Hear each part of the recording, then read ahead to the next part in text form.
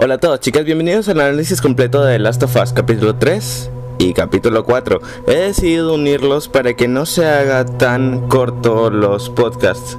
Así tengo mucho más de qué hablar y de qué analizar por cada capítulo.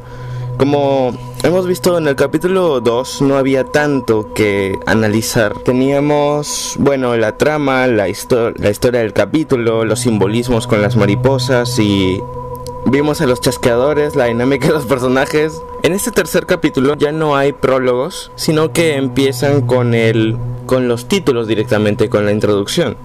Y nos situamos en el bosque, en donde está Ellie con Joel sobreviviendo.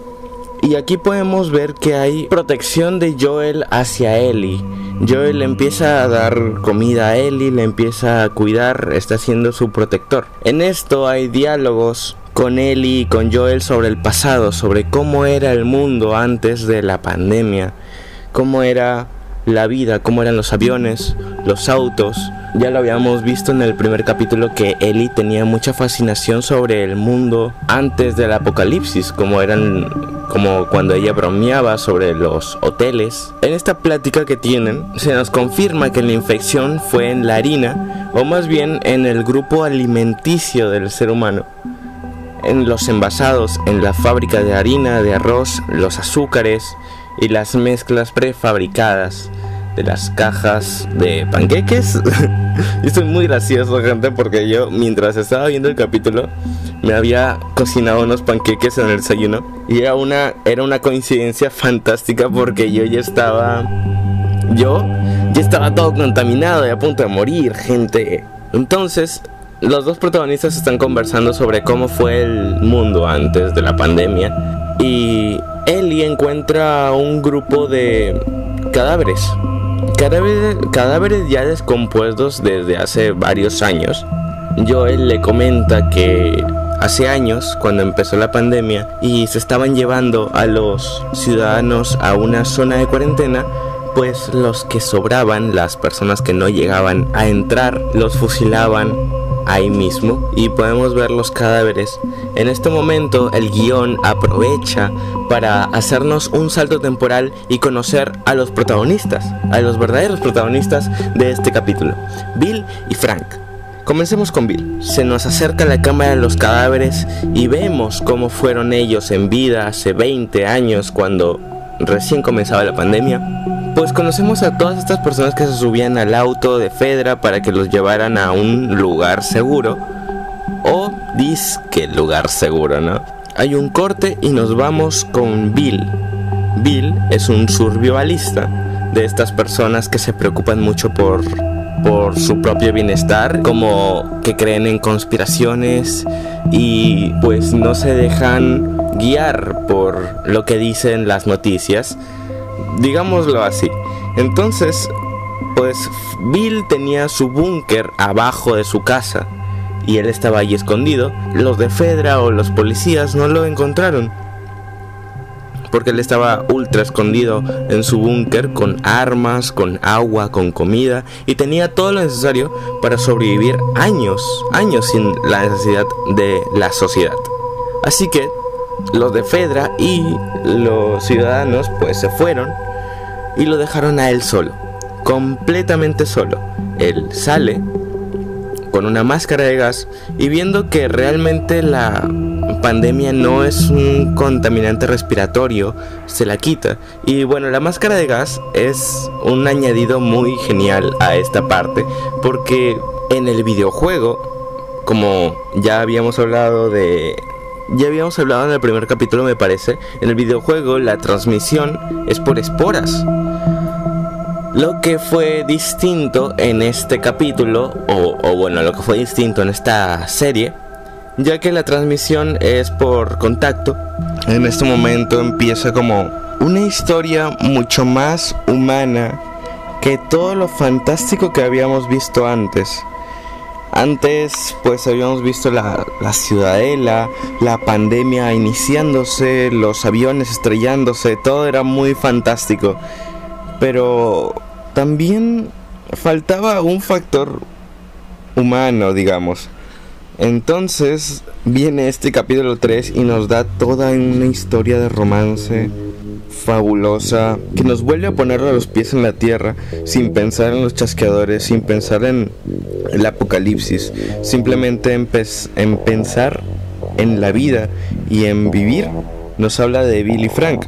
Tenemos la utilización de la música como un elemento narrativo. Esta serie tiene un código que se repite a lo largo de los capítulos, que empezó en el primero, ya que cuando aparecía música de los 60 en la radio del primer capítulo, significaba que no pasaba nada. Era como un momento en pausa para los personajes, como que no sucedía nada, como que no había nada que pasara con ellos, no había desarrollo, ni había un obstáculo. Cuando empezaba la música de los 70s es que algo nuevo va a llegar a la trama. Esto era para que los personajes se desarrollaran más, para que los personajes pues consiguieran nuevos objetivos y que por ende desarrollen en sí mismos su trasfondo. Y cuando era música de los 80s es que algo malo iba a suceder. No es que sea algo nuevo como la música de los 70s, sino algo que iba a perjudicar a los personajes. Entonces, cuando conocemos a Bill,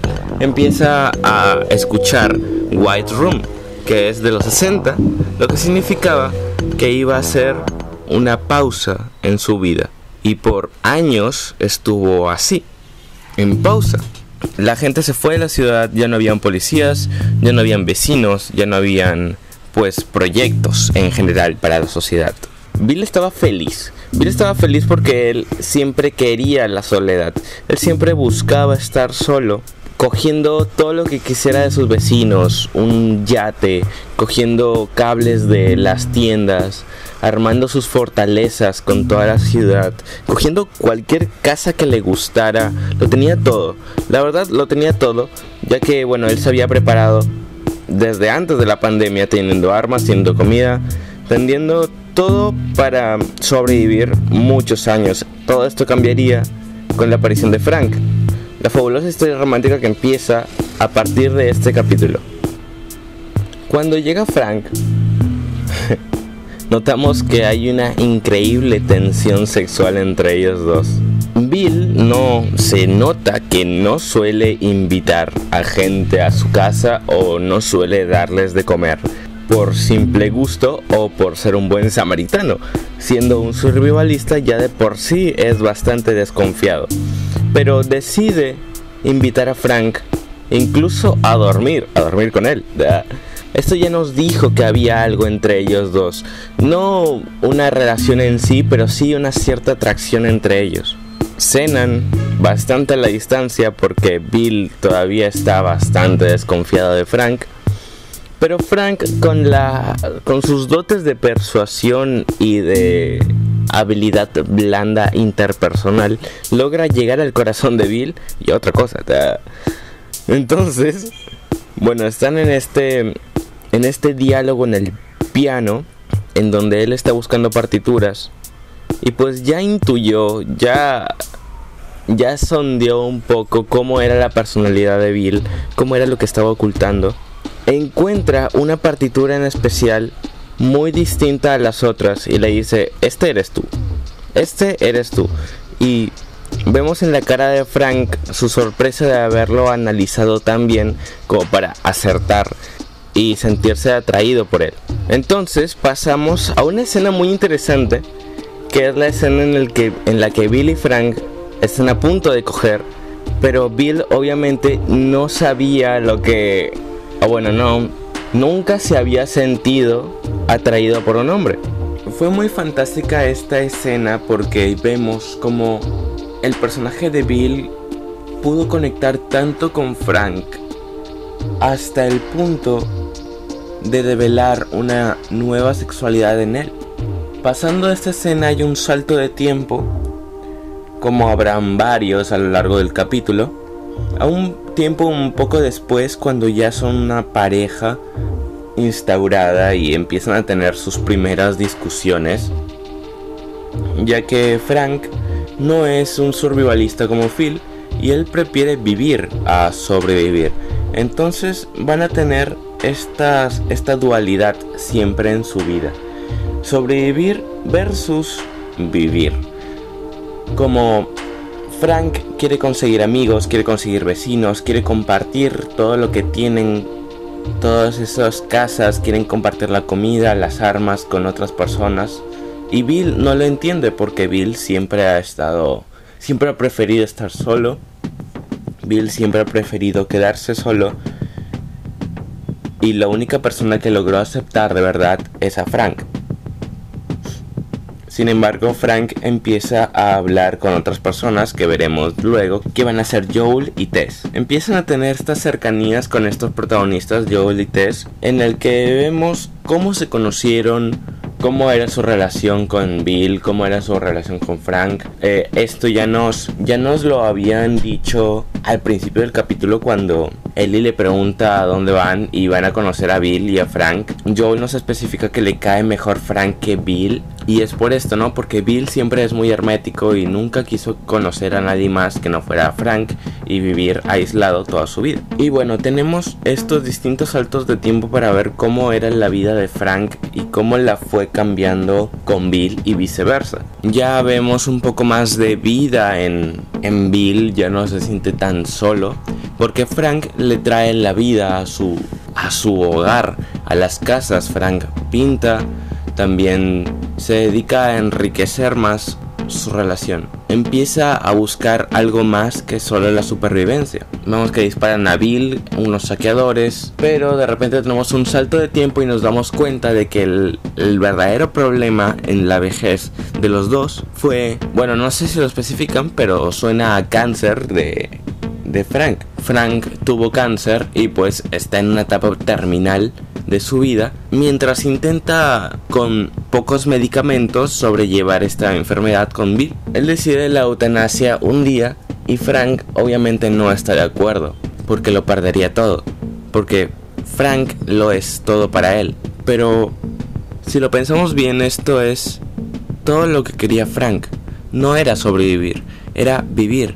Y él ya tenía una edad avanzada y se podía dar el lujo de suicidarse, ¿no? Porque ya había vivido y con esta enfermedad solo le quedaba sobrevivir. Una cosa que no le atraía nada al personaje, una cosa que odiaba el personaje. Y una cosa que obviamente no entendía a Bill, porque él siempre prefirió sobrevivir antes que vivir. Y un gesto muy bonito es el suicidio de los dos, con los medicamentos. Esto nos habla mucho sobre el crecimiento de los dos como personajes. Bill aceptando la muerte y aceptando que no todo en la vida era sobrevivir. Y es lo que le dice a Joel con la carta al final del capítulo, que tiene que cuidar a los seres para que puedan tener una buena vida, o para que no solo tengan la opción de sobrevivir, sino de vivir con propósito. Vemos que pasó el tiempo y cuando Joel y Ellie llegan a esta fortaleza de Bill y Frank, ellos ya están muertos, ya están en su cuarto descomponiéndose después de haber tomado esas pastillas con el vino. Esto es muy genial porque nos muestra, no solo en diálogos, sino en todo el entorno, la diferencia y el paso del tiempo. Las casas ya no están cuidadas, las cosas tienen polvo, están oxidadas, están descuidadas, y Joel se da cuenta de todo esto. Y Ellie le lee la carta y lo entiende perfectamente. Lo que más me gustó de esto es el respeto que Joel tenía ante esta pareja al dejarlos descansar en paz en su habitación. Él cogió todo lo necesario, Él de la ciudadela se dio un baño, cogió armas, cogió la camioneta, cogió todo lo que necesitaba, menos lo que estaba en esta habitación, que era donde estaban los cadáveres. Él respetó eso, respetó la memoria de Bill y Frank al no perturbarlos entrando a su habitación. Y como termina el capítulo, tenemos un plano de ellos dos yéndose, Ellie y Joel, yéndose de esta fortaleza, y lo vemos desde la ventana de la habitación en donde están los cadáveres de Bill y Frank. Y me encantó este detalle, me encantó muchísimo este detalle de no habían tocado para nada esa habitación y solo se fueron, tomaron todo lo que necesitaban y se fueron, como si los espíritus de Bill y Frank los estuvieran viendo desde la ventana irse. Muy hermoso. Cuando terminó este capítulo, el tercer capítulo de The Last of Us, me quedé pensando en esta historia romántica, ¿no? Y cómo es un arquetipo de pareja romántica en el cine. Ahora, ¿qué es un arquetipo, me dirás? Bueno, en el libro de Robert Mackie, el guión, nos dice que existen estereotipos y existen arquetipos.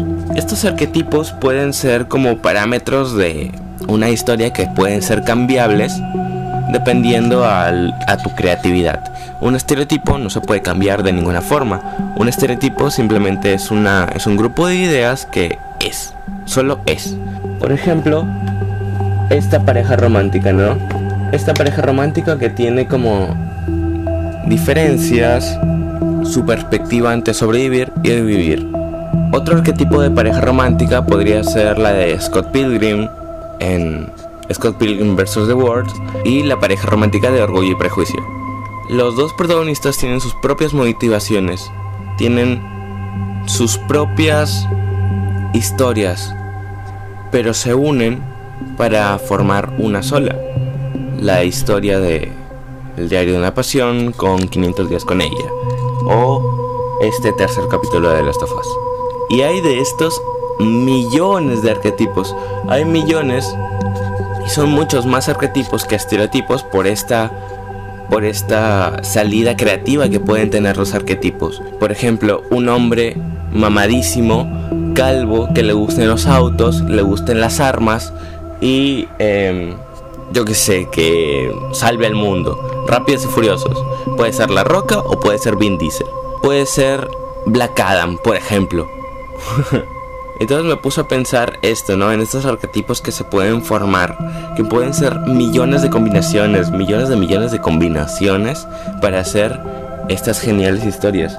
Como combinar a una pareja romántica en un apocalipsis, o simplemente explicando por qué no les funcionó una relación como en 500 días con ella, que simplemente es una pareja romántica en el propio apocalipsis de su relación. Y con esto pasamos al capítulo 4 de The Last of Us.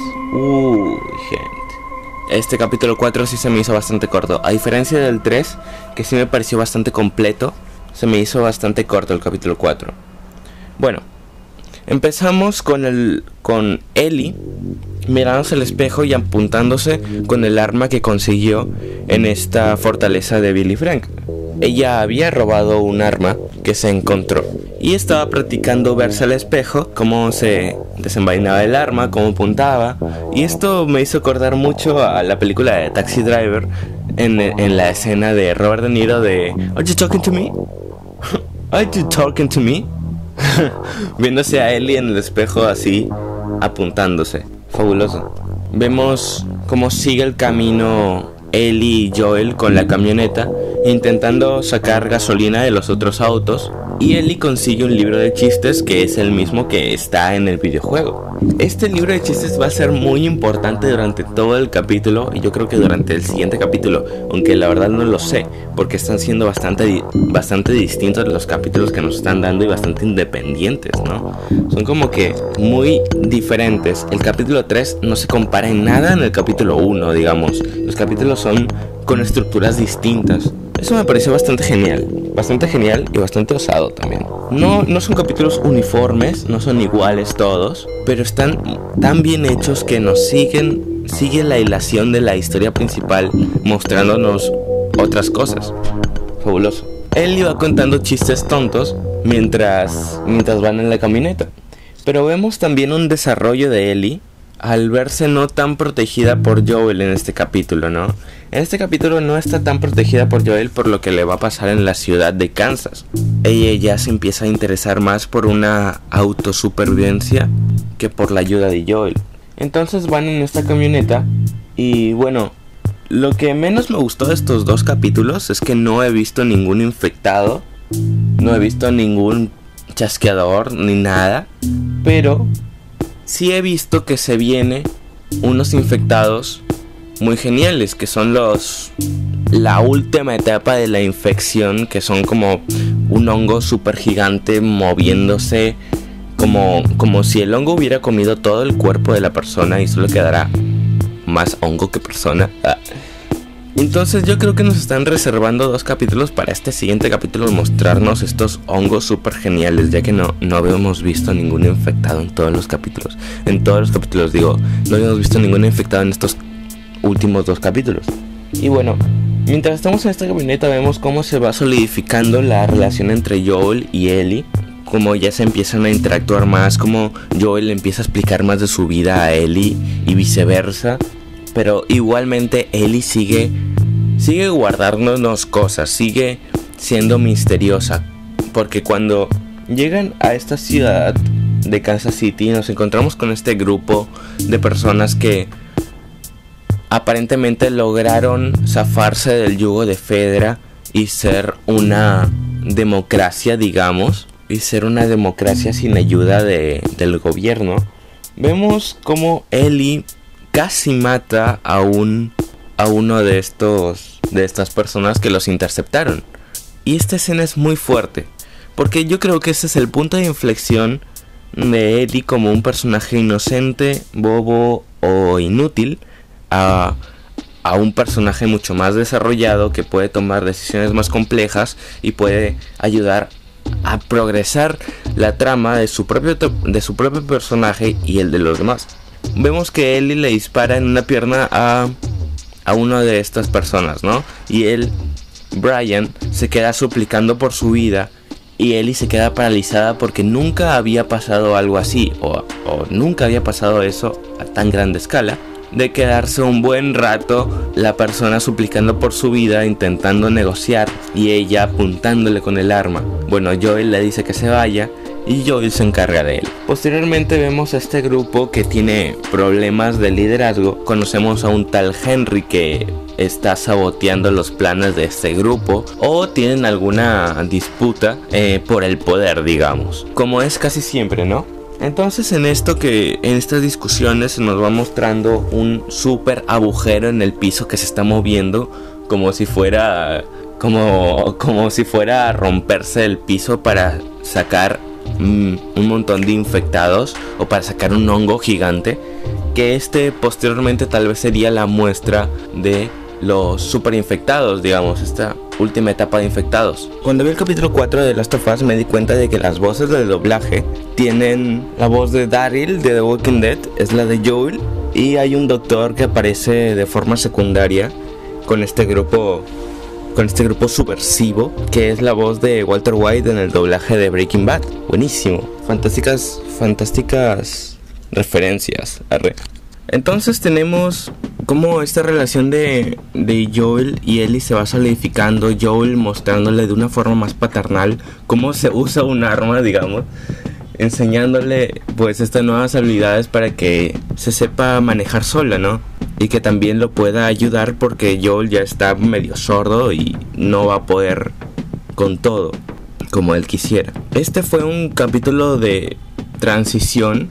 Yo creo que en el siguiente capítulo se nos van a explicar de dónde salieron estos 2 niños del final. Estos 2 niños que, bueno, intuyo que han estado escondidos también en la ciudad por estos dibujos que hemos encontrado como de superhéroes. Y ellos también están vestidos igual. Intuyo que es porque han estado escondidos. Y bueno, es bastante intrigante para el siguiente capítulo. Este fue un capítulo de transición y por suerte uní con el anterior porque me iba a quedar muy corto. Este sí se me quedó bastante corto. Hablando de este libro de chistes, con este libro de chistes, bueno, Ellie logró sacarle una carcajada a Joel, que hemos visto que es un personaje bastante frío y bastante muerto por dentro. Pero cuando se ríe con ella, nos damos cuenta de que tienen un futuro juntos bastante bueno. Que Ellie logra llegar al corazón de Joel de una forma muy estúpida con estos chistes tontos del libro. Y esto ayuda mucho más a sus relaciones como personajes.